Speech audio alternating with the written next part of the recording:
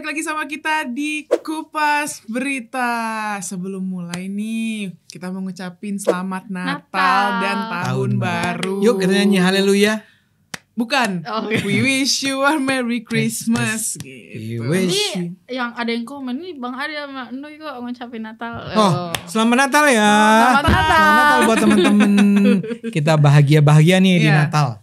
Terutama karena sekarang kita mendapat satu kabar bahagia yang diberikan oleh KPK. Kabar gembira untuk kita semua. Stop, copyright. Ini bahagia buat Bang Adi. Iya dong.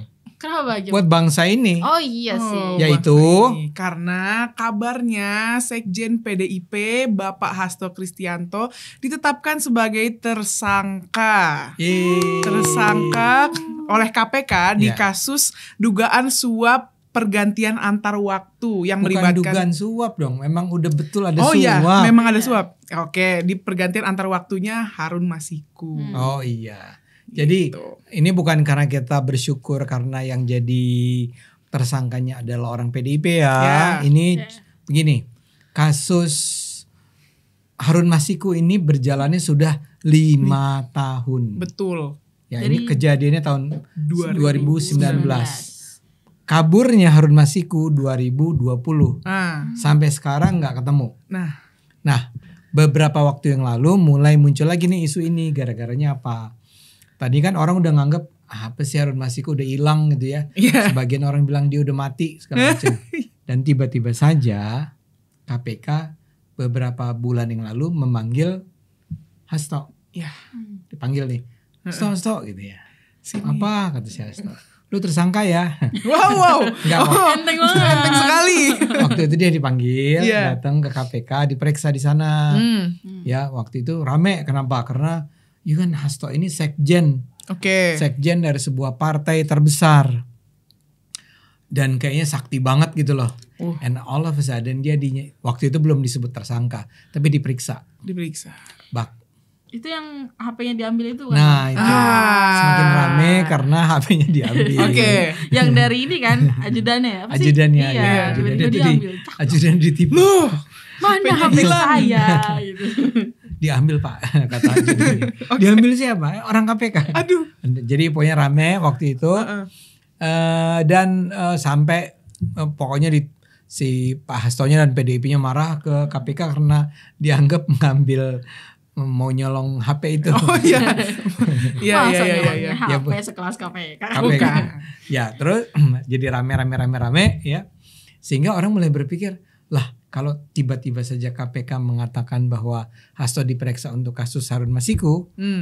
Wow, ini kayaknya sih Harun Masikunya ada nih. Masih ada. Terus keluarlah pernyataan dari salah seorang, waktu itu kalau nggak salah saya lupa anggota KPK atau mantan KPK yang bilang kayaknya ada deh Harun nih. Dalam waktu seminggu dia ketangkep deh. Tapi ternyata enggak ya. Ternyata tidak seminggu. Seminggu ya nggak ketangkep.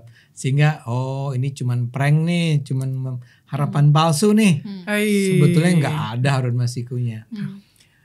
Tapi yang terpenting adalah bukan Harun Masikunya, karena yang dipanggil adalah Hasto. Orang jadi bertanya-tanya, Hasto nih jadi sebenarnya.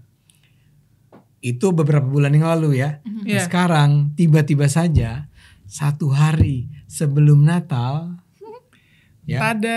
lala KPK bilang udah ada surat perintahnya tuh bahwa Bapak Hasto Kristianto menjadi tersangka.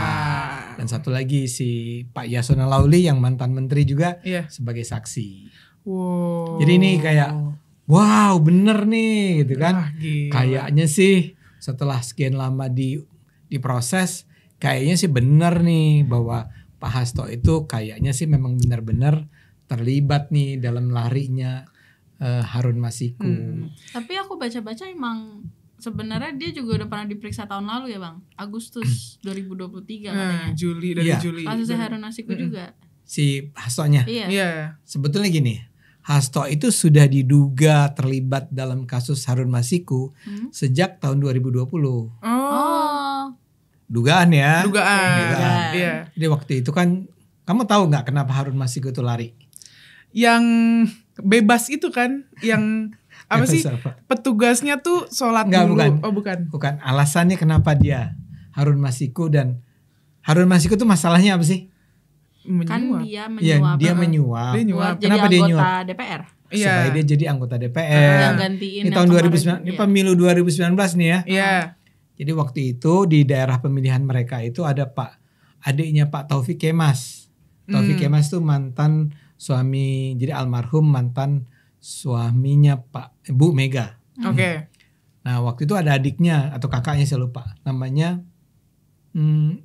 Kemas ya, Nazarudin atau something. Dia tuh terpilih sebenarnya di daerah itu di Sumatera Selatan kalau nggak salah. Iya nggak? Iya. Ya, betul. Iya. Sumatera Selatan kan? Nazarudin Kemas kalau nggak salah. Iya. Maaf ya penonton kalau salah-salah, ini soalnya ngandelin ingetan nih. Oke. Ya. Terus, nah kalau orang meninggal, dia calon anggota DPR terus udah terpilih, tapi meninggal, kan harusnya penggantinya orang di nomor berikutnya kan? Iya. Nah, Harun Masiku tuh sebetulnya jauh di bawah. Dia juga salah seorang caleg, tapi orang yang milih dia tuh cuma 4.000 atau 5.000 lah. Oke. Oh jadi maksudnya suara terbanyak setelah dia. Harusnya kan penggantinya si Nazarudin ini. Pak Kemas itu orang yang menggantikan dia adalah orang yang nomor 2 mestinya. Nah ini enggak sih Harun Masiku nih. Yang nomor 4 atau nomor 5. Iya. Pengen gantiin Pak Nazarudin ini. Kan lucu. Iya. Ya. Nah jadi Harun Masiku itu ternyata diajukan yang namanya oleh PDIP ke KPU. Pengganti Pak Nazarudin ini aja gitu kan. Oh oke. Atau KPU nggak bisa gitu dong. Masa ganti-ganti gitu aja. Ini kan pilihan rakyat. Ini kan pilihan rakyat yang nomor 2 dong. Udah kasih duit deh. Kasih duit deh. Ke yang namanya Wahyu. Pak Wahyu orang KPU-nya. Dikasihnya berapa? 850 juta rupiah. 850 juta rupiah. Nah, Pak Harun Masiku ini bukan orang kaya. Ya. Jadi dia bukan tipe orang yang terkenal sebagai penyandang dana macam-macam. Pertanyaannya adalah, jadi sebenarnya duitnya dari mana? Ding dong. Nah, ketika itulah kemudian orang melacak dan diketahui ini keputusannya PDIP. Bukan karena Harunnya. Ya. Jadi dia minta agar ke KPU, kata ke PDIP, udah Harun aja. Nah, Harun ngasih duit 800. Ketahuan sama KPK. Iya. KPK bilang, mereka adalah para pencuri. Waduh. Bukan apa? Penyogok. Penyuap. Harun ini. Iya. Maka berusahalah ditangkap. Ya, jadi yang ditangkap tentu saja Wahyu Setiawan itu adalah anggota KPU-nya, ada timnya, Pak Harun Masikunya. Iya. Cuma, nah ini kejadiannya adalah di PT IKA. Perguruan Tinggi Ilmu Kepolisian. Iya. Jadi ceritanya adalah gini, Pak Harun itu mau ditangkap di PT IKA. PT IKA itu sebuah kayak kampus lah, di daerah mana, Jakarta Selatan lah pokoknya. Nah ketika itu kabarnya, ini kabar ya, kabarnya yang ada di PT IKA itu bukan cuma Harun Masiku, tapi juga Mas Hasto. Tapi ini kabarnya ya. Kabarnya. Diduga. Datanglah KPK gerubuk-gerubuk ya, mau nangkep si Harun sebetulnya, bukan si Hastonya ya. Nah, cuman orang-orang KPK-nya rajin sholat. Oke. Ya udah ketahuan nih ada di PT IKA. Dia datang ke PT IKA sholat dulu. Ya bagus sih. Bagus. Tapi gara-gara sholat itu, Bang jangan gara-gara sholat dong. bukan gara-gara sholat, apa namanya? Gara-gara menunda. Dia sholat, jadi nggak langsung. Pas dia keluar selesai sholat, tiba-tiba ada tim dari PT IKA nih kayak satuan pengamannya lah. Keamanan. Yang bilang siapa kalian, gitu kan? Kami KPK. Wah diperiksa dulu nih. Dan itu berjam-jam. Iya. Ya. Nah begitu selesai diperiksa, udah nggak ada Harun Masiku ini. Nah kabarnya di situ sebenarnya juga ada Pak Hasto. Pak Hasto juga sudah hilang. Ini kabarnya saya dengar dari Tempo. Ada di salah satu podcast atau apalah ya. Nah, jadi itu terjadinya 4 tahun yang lalu kan, tahun 2020. Tapi nama Pak Hasto sudah mulai disebut. Nah, Harun hilang. Gak pernah bisa ketangkep setelah lari dari PT IKA itu. Bang, tapi PT IKA-nya dikasusin ya? Enggak. Dan jangan tanya ya. Kenapa? Ya enggak. Sebetulnya kan orang harus bertanya-tanya dong. Harusnya ditanya dong PT ke si sistem siapa namanya security guard itu apa namanya? Satpam itu menjaga. Kok kayaknya menduga kayak ya melindungi. Ya kalian maksudnya apa gitu menghambat, kan? Enggak, tapi kan? Karena ya nggak tahu lah kenapa. Pokoknya itu enggak lah ya. Yang penting adalah sejak saat itu Harun Masiku hilang. Menghilang dari line. Nah, tahun lalu kalau kamu benar artinya tahun lalu 2023 kan? Mulai diangkat lagi tuh. Angkat lagi. Saya rasa mulai diangkat lagi segera setelah jadi menjelang pemilu selesai. Tapi yang jelas setelah pemilu selesai benar-benar dilanjutkan nih oleh KPK. Karena Pilpres maksud saya, bukan pemilu.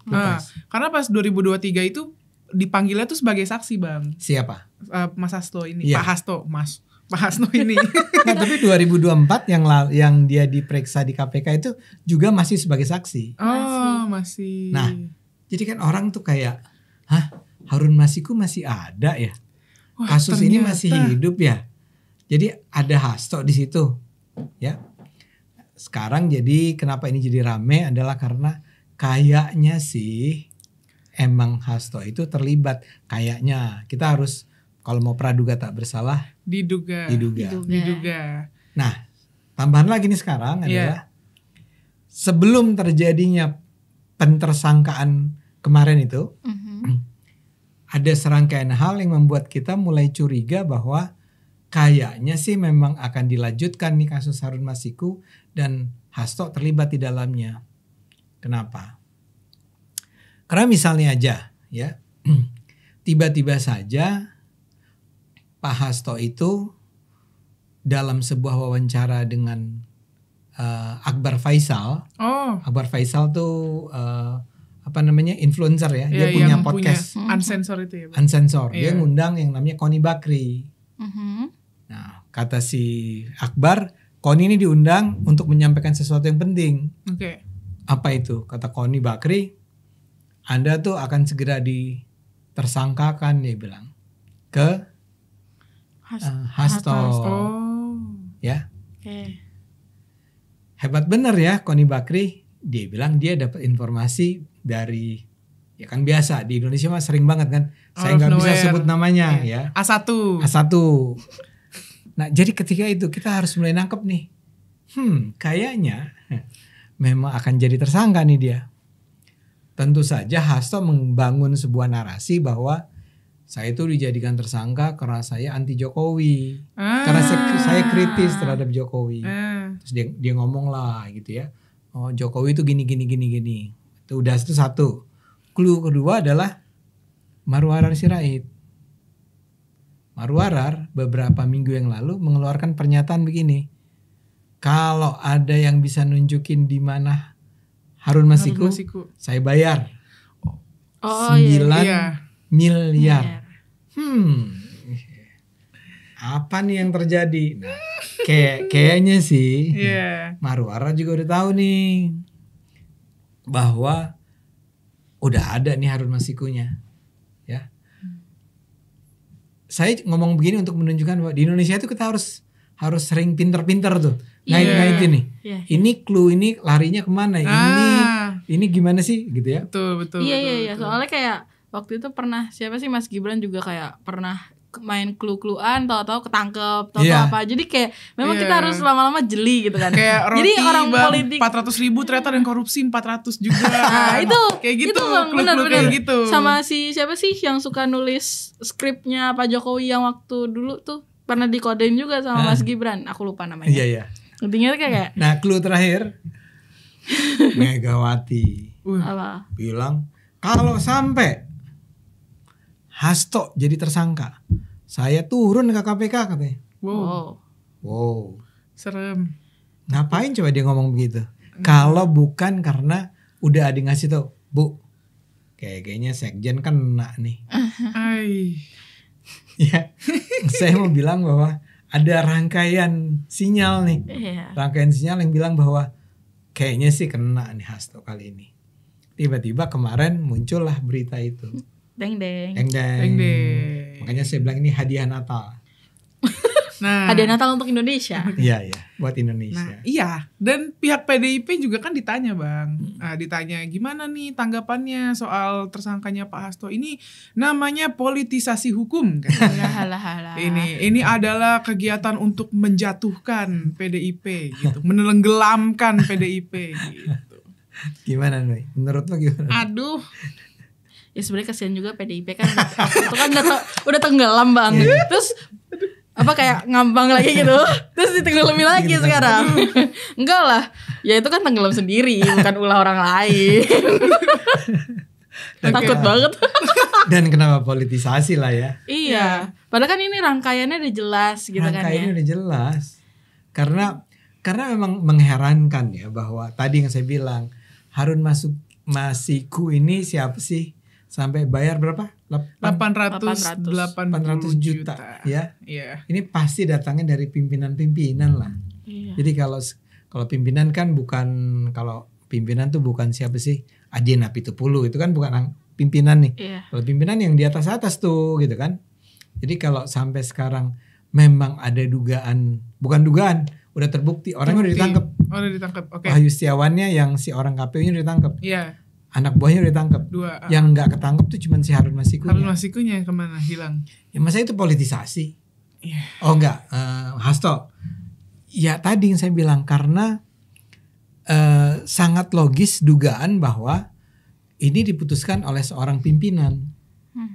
Ya yang memutuskan kasih 800 tuh lebih logis itu diputuskan oleh seorang Hasto daripada keputusan pribadinya si Harun. Tapi lagi-lagi kalau kita mau berprasangka baik belum tentu. Ya, ini belum tentu nih, bisa aja akhirnya diputuskan bahwa tidak terbukti.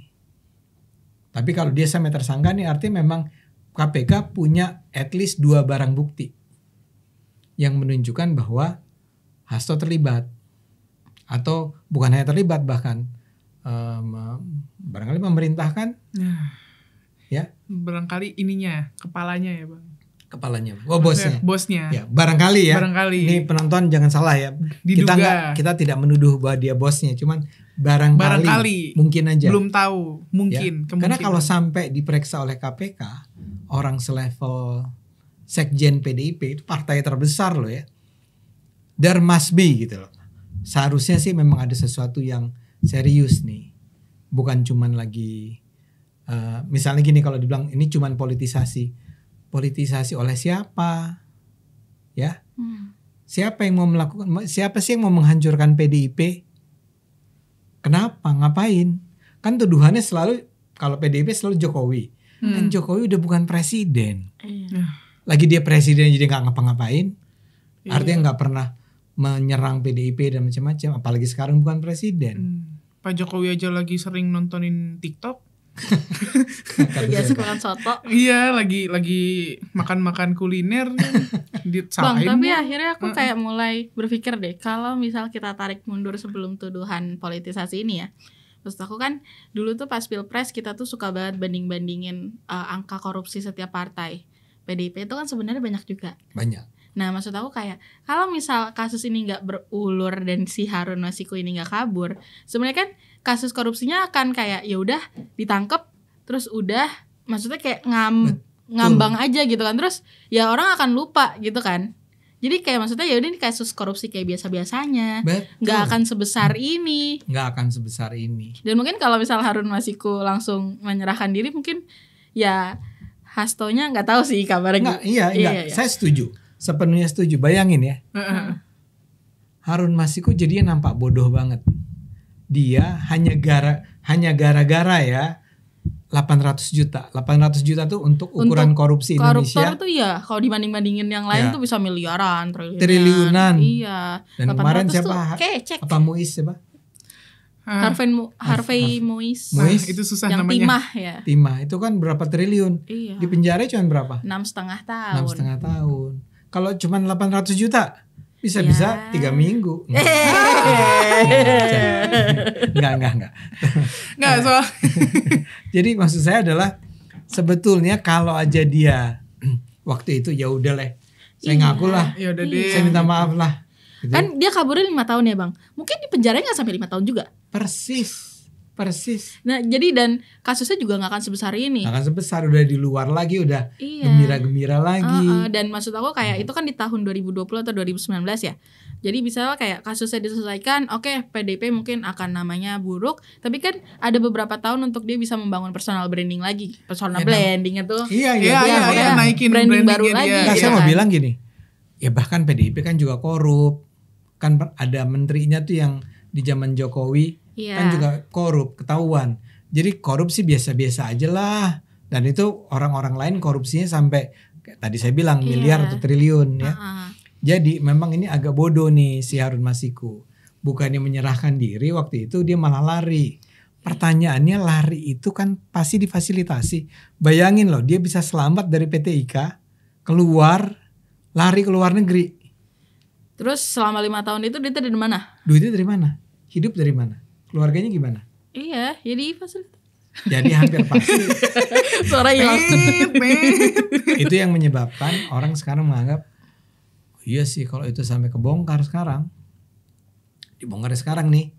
Di pemerintahan baru lagi nih. Ya. Kalau dulu masih lumayan. Presidennya itu orang PDIP kan. Pas Jokowi ya. Jadi maksudnya gak akan terlalu inilah dia gitu kan. Gak akan terlalu kencang untuk ayo dibongkar gitu. Tapi kalau sekarang ketangkep. Ya, kalau benar Pak Hastonya ketangkep, pertanyaan besarnya satu, itu sebetulnya melibatkan orang-orang lain nggak? Yang sekarang sedang menjadi saksi adalah Yasona Lauli, itu seorang menteri juga. Ada nggak di luar Yasona yang juga mungkin terlibat? Mungkin ada banyak. Jadi ini sebuah kado buruk sih buat PDIP. PDIP itu lagi mau bikin kongres bulan Maret kalau nggak salah. Oke. Ya, itu adalah sebuah saat di mana mereka akan harusnya meninjau ulang semua yang terjadi selama tahun-tahun ini. Sebetulnya harus ada rebranding nggak sih Bang? Harus. Rebranding gitu. Cuma ya problem-problemnya diselesain dulu aja. Jadi daripada jadi bom waktu, ntar brandingnya udah bagus, bom waktu lagi. Bukan. Gimana? Jadi penyelesaian masalahnya adalah bagian dari rebranding itu. Ya. Karena gini, orang kan sebagian bilang memang Hasto sebetulnya adalah salah satu orang yang sangat menentukan, sangat berpengaruh dalam perjalanan PDIP. Jadi kalau selama ini banyak bikin blunder PDIP-nya, itu juga sangat mungkin terjadi akibat Mas Hastonya. Nah kalau sekarang Mas Hastonya taruhlah diamankan gitu ya, misalnya dinyatakan bersalah dan seterusnya, kan harus ada orang lain yang menggantikan dia. Nah penggantinya diharapkan adalah orang yang tipenya bukan seperti dia. Ya yang mungkin lebih generous, lebih jujur, lebih lurus, lebih gitu loh. Ya, karena kalian harus tahu ya, buat penonton juga sebagai tahu, PDIP itu sedang mengalami perpecahan sekarang ini. Oh iya, internalnya ya. Internal perpecahan bukan berarti gontok-gontokan ya, nggak gitu. Ini cuman ada kayak sayap yang lebih mau moderat, mau lebih terbuka, mau lebih lebih bersahabat. Ada satu lagi sayap yang lebih berantem bawaannya gitu ya. Kita hajar lawan-lawannya. Dan Bu Mega ini akan sangat terpengaruh oleh siapa yang lebih dominan di antara dua sayap tersebut. Jadi kita berharap justru ini hadiah yang baik buat Indonesia karena pelan-pelan mudah-mudahan PDIP bisa introspeksi. Introspeksi jadi lebih baik lagi. Iya, dan udah deh stop ngomong ini politisasi. Karena ini bukan politisasi. Kan karena kemarin ini juga bukan kemauan siapa-siapa. Maksudnya kan ini kemauan ya untuk menyelamatkan Indonesia dan ini juga didemoin kan. Iya. Ya, didemoin sama Aliansi Mahasiswa dan Masyarakat. Ya, Kapan tuh? Itu tanggal 23. Ya, di KPK kan ya. Aliansi mahasiswa tuh ada tanggal 20 juga demo, tanggal 23 di berbagai elemen juga demo. Jadi emang masyarakat mendesak. Iya. Saya suka sih bahwa mahasiswa akhirnya terlibat dalam isu ini karena selama ini kan seringkali kita cuma mendengar kelompok-kelompok mahasiswa yang anti Jokowi gitu ya. Yang ini orang bisa lihat nih, kan selama ini PDIP selalu menghujat atau mengecam atau mengkritik Jokowi sebagai orang yang terus-menerus ingin tadi menenggelamkan tadi kan. Iya. Apa sih istilah dia menenggelamkan lah ya. PDIP. Sekarang orang lihat bahwa ini sih bukan Pak Jokowi, ini sih memang ada masalah dengan PDIP-nya. Iya, Oke. Kan dibilangin Pak Jokowinya lagi nonton TikTok. Disalahin mulu. Iya, Pak Jokowi ini kesian. Untung tapi ini kejadian setelah Pak Jokowinya dipecat. Iya. Oh, udah dipecat. Iya benar. Pak Jokowi, Gibran, Bobi Nasution. Begitu dipecat, kejadian ini. Jadi kayaknya KPK nungguin nih. Nah, Jokowi udah keluar kan.